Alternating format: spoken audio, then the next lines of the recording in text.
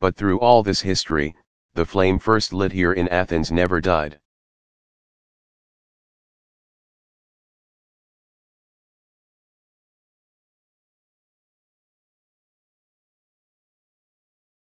It was ultimately nurtured by a great enlightenment.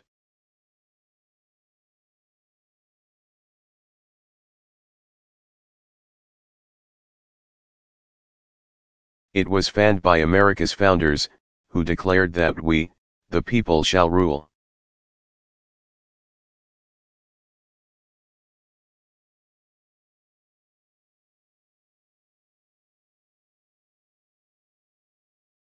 That all men are created equal and endowed by their Creator with certain inalienable rights too.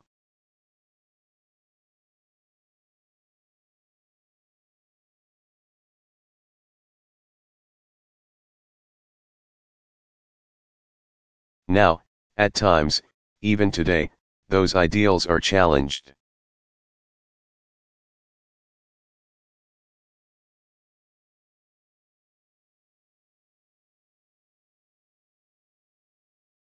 We've been told that these are Western ideals.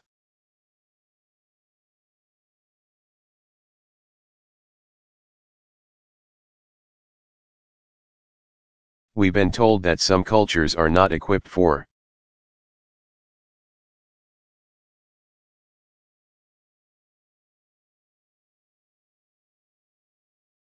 Democratic governance and actually prefer authoritarian rule.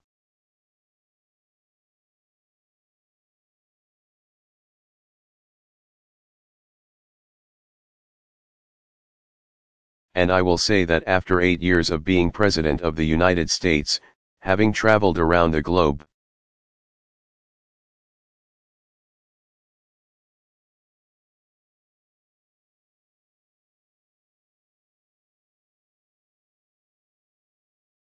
it is absolutely true that every country travels its own path, every country has its own traditions.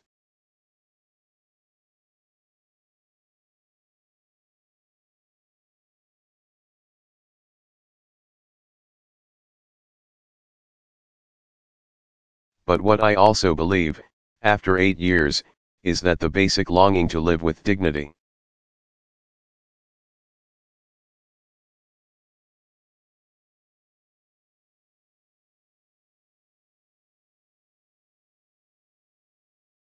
The fundamental desire to have control of our lives and our future, and to want to be a part of determining the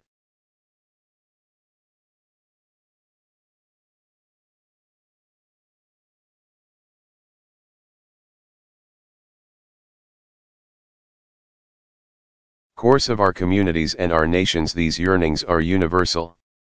They burn in every human heart.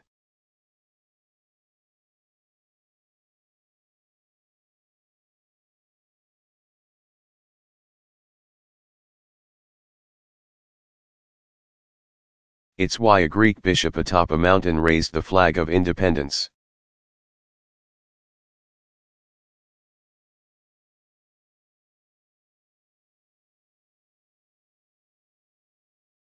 It's why peoples from the Americas to Africa to Asia threw off the yoke of colonialism.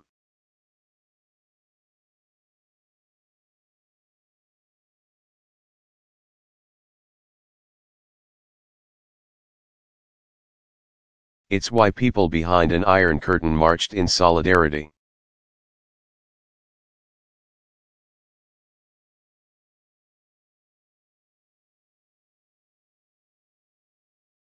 And tore down that wall, and joined you in a great union of democracies.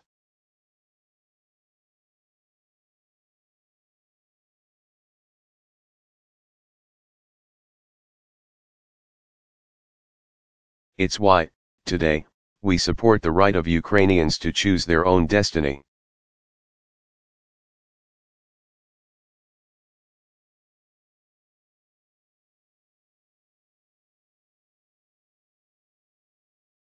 Why we partner with Tunisians and the people of Myanmar as they make historic transitions to democracy.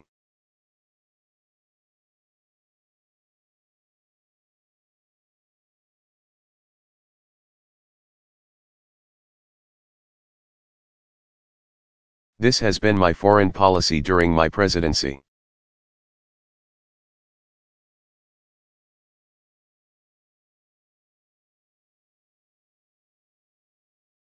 By necessity, we work with all countries, and many of them are not democracies.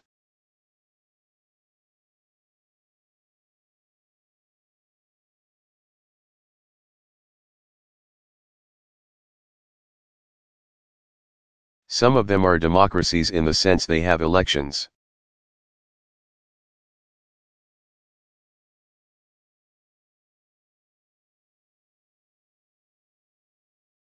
But not democracies in the sense of actually permitting participation and dissent.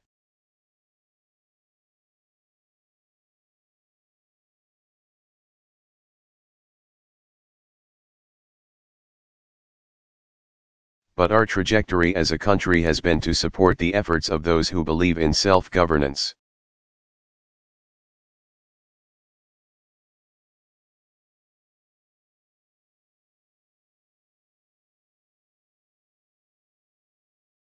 Who believe in those ideas that began here so many years ago.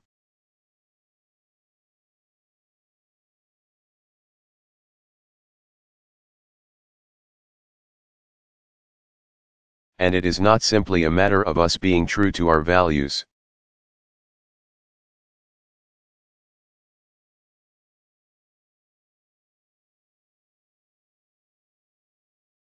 It's not just a matter of idealism.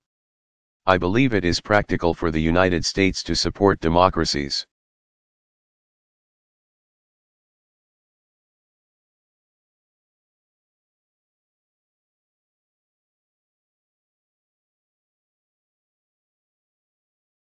Because history shows us that countries with democratic governance tend to be more just.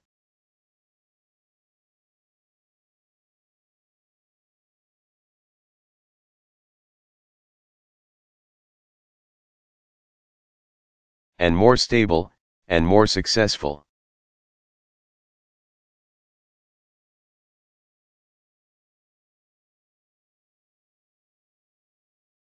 Open, democratic societies can deliver more prosperity because when people are free to think for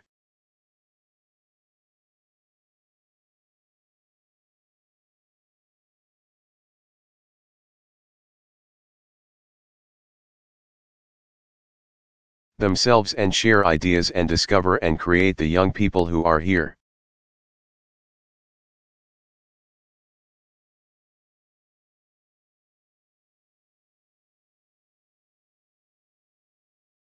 What they're able to do through the internet and technology, that's when innovation is unleashed, when economies truly flourish.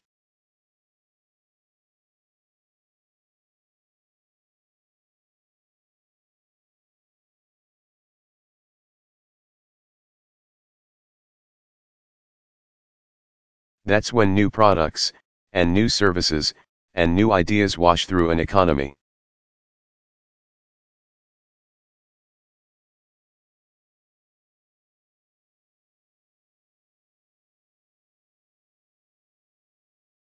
In contrast to regimes that rule by coercion, democracies are rooted in consent of the governed.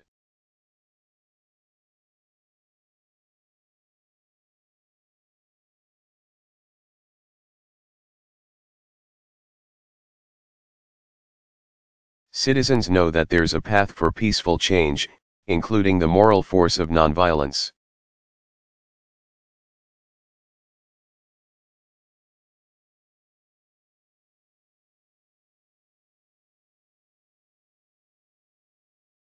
And that brings a stability that so often can facilitate economic growth.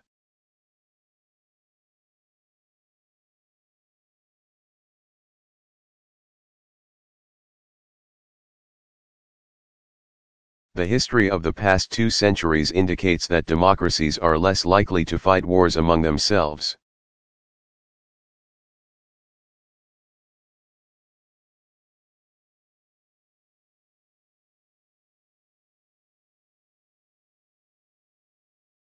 So more democracy is good for the people of the world, but it's also good for our national security.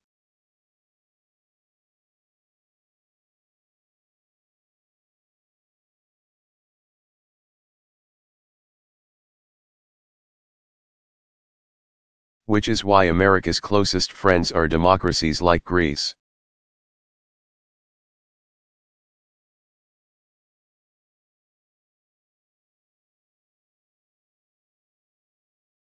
It's why we stand together in NATO, an alliance of democracies.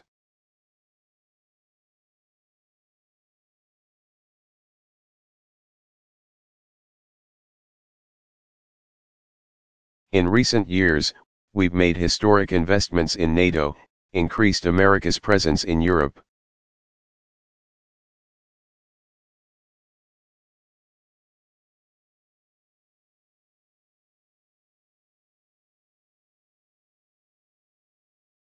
And today's NATO, the world's greatest alliance, is as strong and as ready as it's ever been.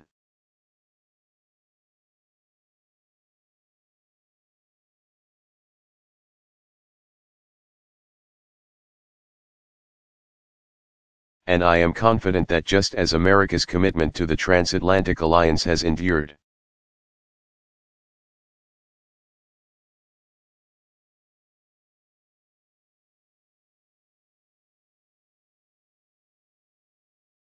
for 7 decades, whether it's been under a Democratic or Republican administration, that commitment will continue.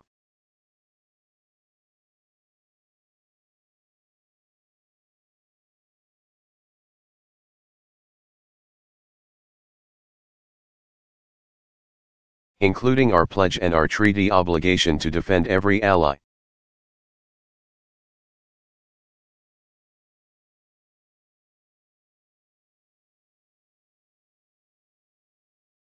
Our democracies show that we're stronger than terrorists and fundamentalists.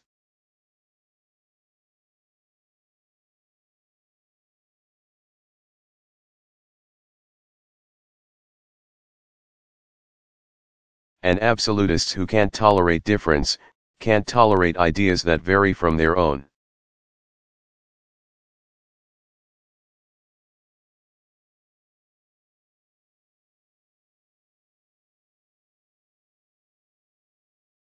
Who try to change people's way of life through violence and would make us betray or shrink from our values.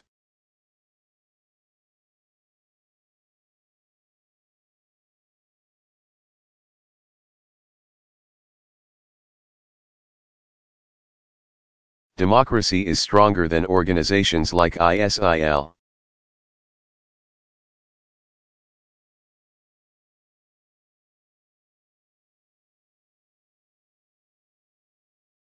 Because our democracies are inclusive, we're able to welcome people and refugees in need to our countries.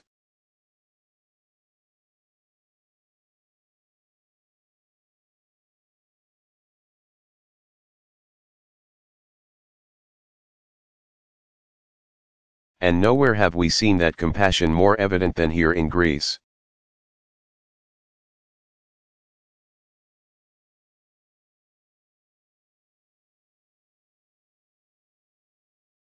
The Greek people's generosity towards refugees arriving on your shores has inspired the world.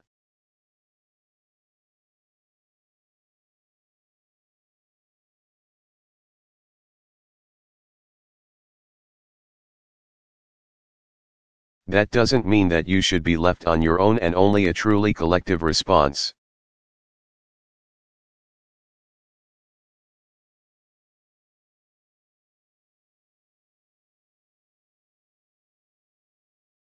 By Europe and the world can ensure that these desperate people receive the support that they need.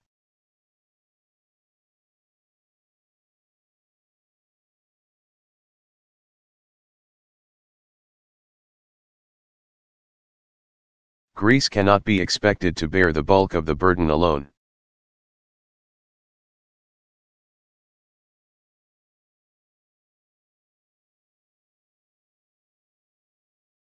But the fact that your democracy opens your heart to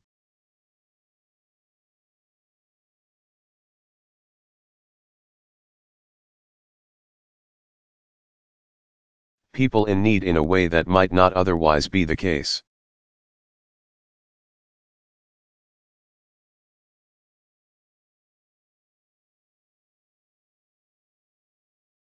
just as democracies are premised on the peaceful resolution of disagreements within our societies.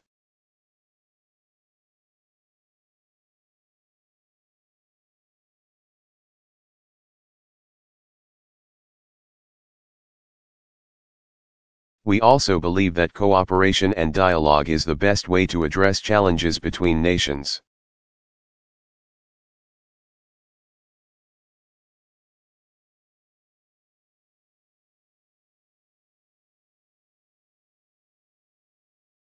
And so it is my belief that democracies are more likely to try to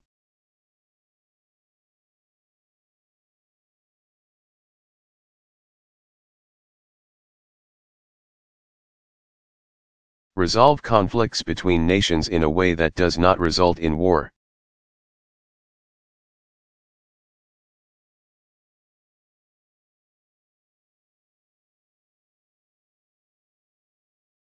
That's how, with diplomacy, we were able to shut down Iran's nuclear weapons program without firing a shot.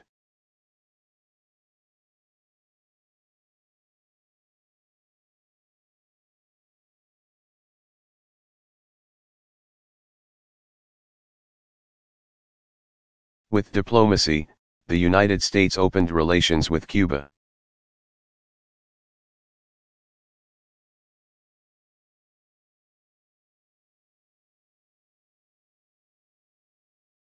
With diplomacy, we joined Greece and nearly 200 nations in the most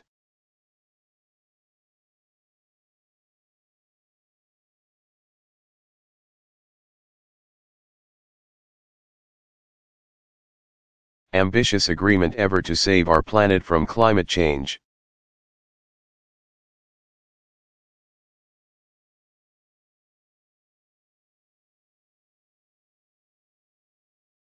And speaking of climate change, I would point out that there is a connection between democracy and science.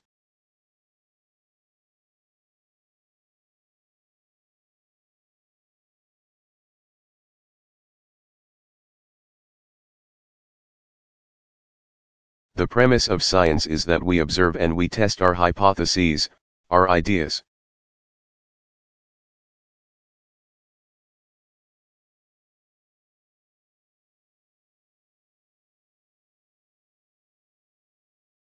We base decisions on facts, not superstition, not what our ideology tells us, but rather what we can observe.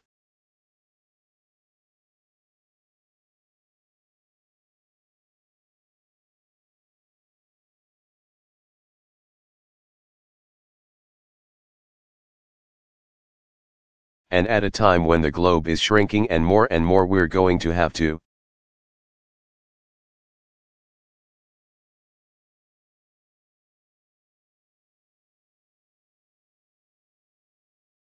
take collective action to deal with problems like climate change.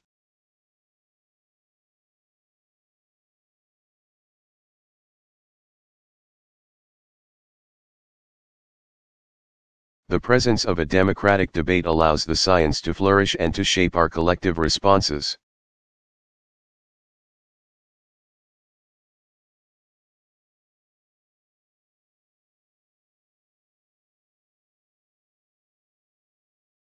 Now, democracy, like all human institutions, is imperfect.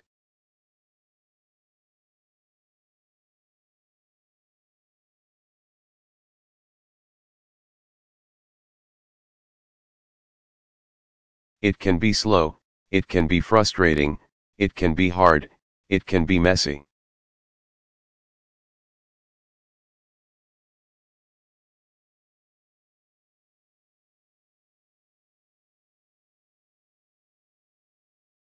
Politicians tend to be unpopular in democracies, regardless of party, because, by definition,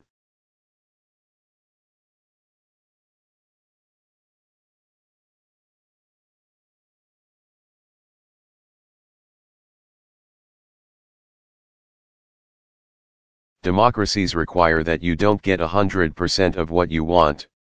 It requires compromise. Winston.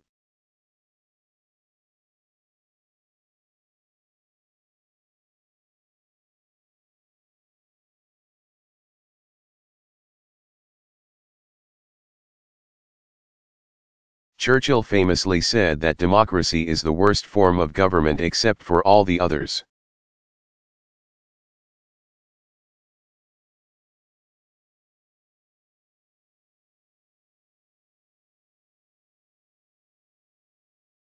Three, and in a multi-ethnic, multiracial, multicultural society.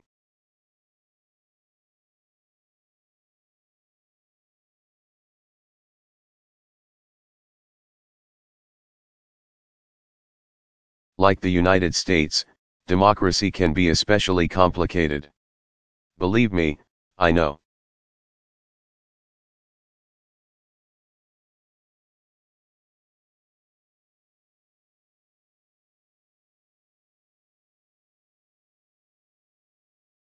But it is better than the alternatives because it allows us to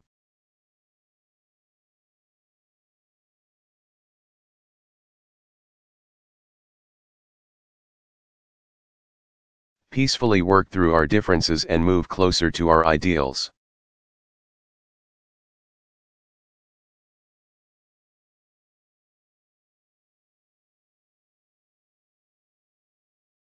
It allows us to test new ideas and it allows us to correct for mistakes.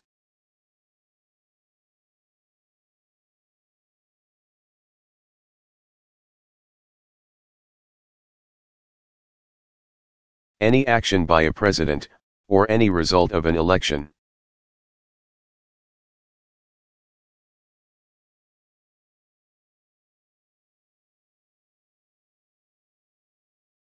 or any legislation that has proven flawed can be corrected through the process of democracy.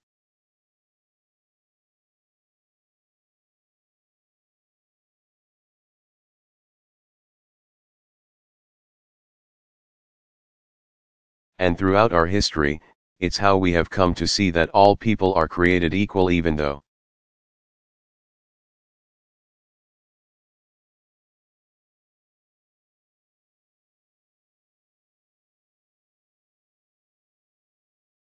when we were founded, that was not the case.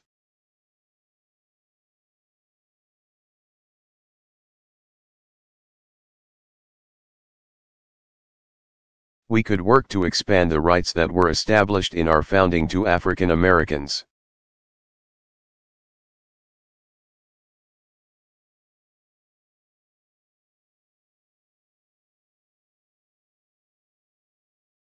And to women, to Americans with disabilities, to Native Americans.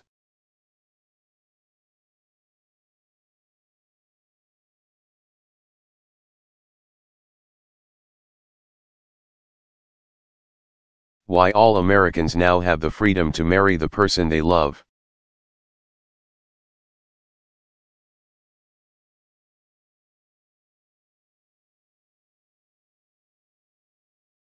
It's why we welcome people of all races and all religions and all backgrounds.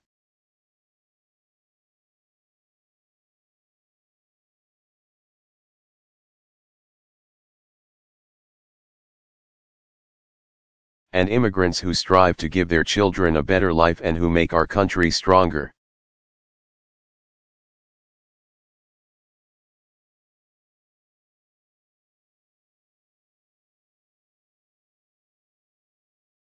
And so here, where democracy was born.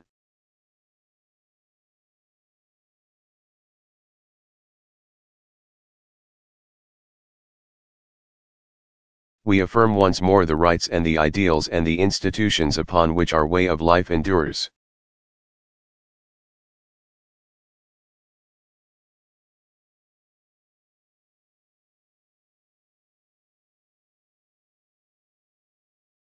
We compete hard in campaigns in America and here in Greece.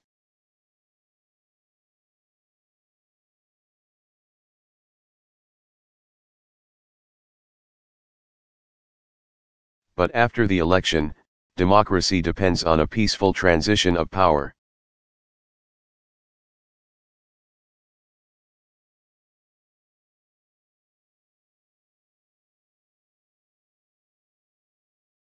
Especially when you don't get the result you want.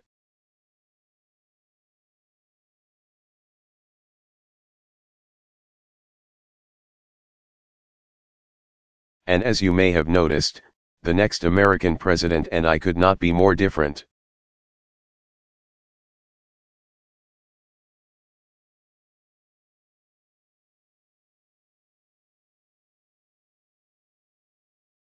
We have very different points of view, but American democracy is bigger than any one person.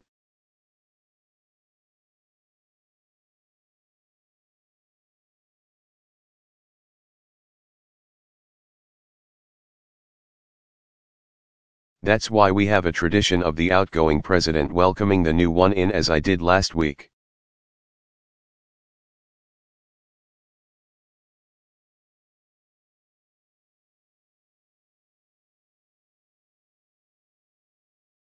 And why, in the coming weeks, my administration will do everything we can to support.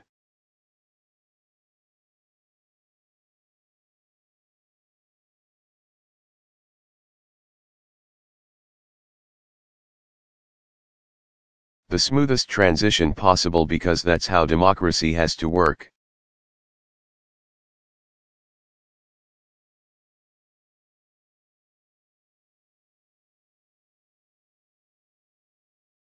And that's why, as hard as it can be sometimes, it's important for young people, in particular.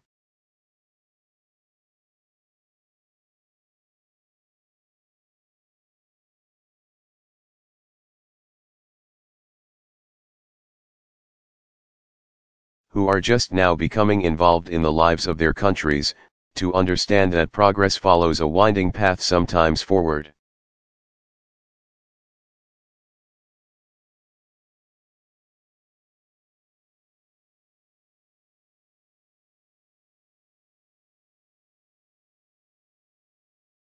Sometimes back, but as long as we retain our faith in democracy, as long as we retain our faith in the people.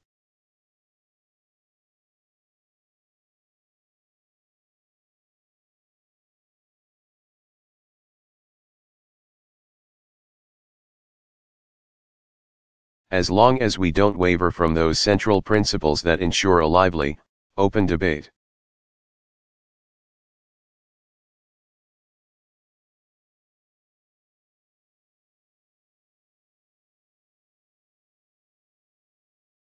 Then our future will be okay, because it remains the most effective form of government ever devised by man.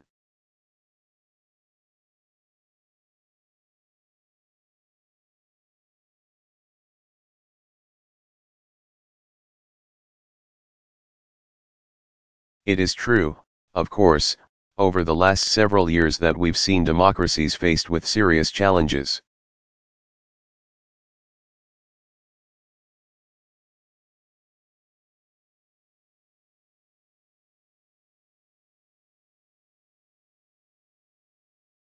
And I want to mention two that have an impact here in Greece.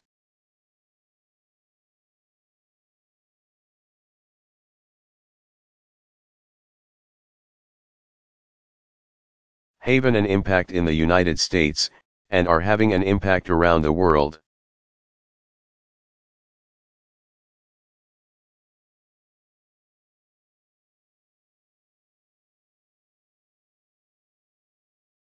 The first involves the paradox of a modern, global economy.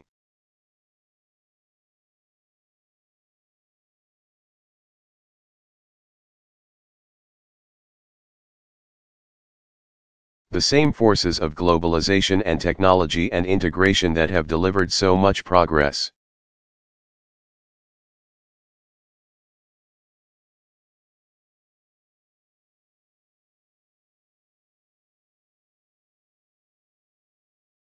Have created so much wealth, have also revealed deep fault lines.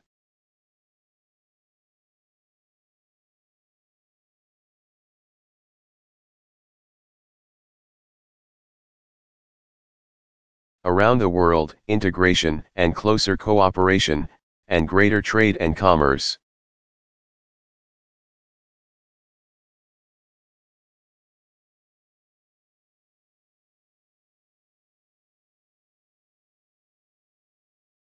And the internet all have improved the lives of billions of people, lifted families from extreme poverty, cured diseases.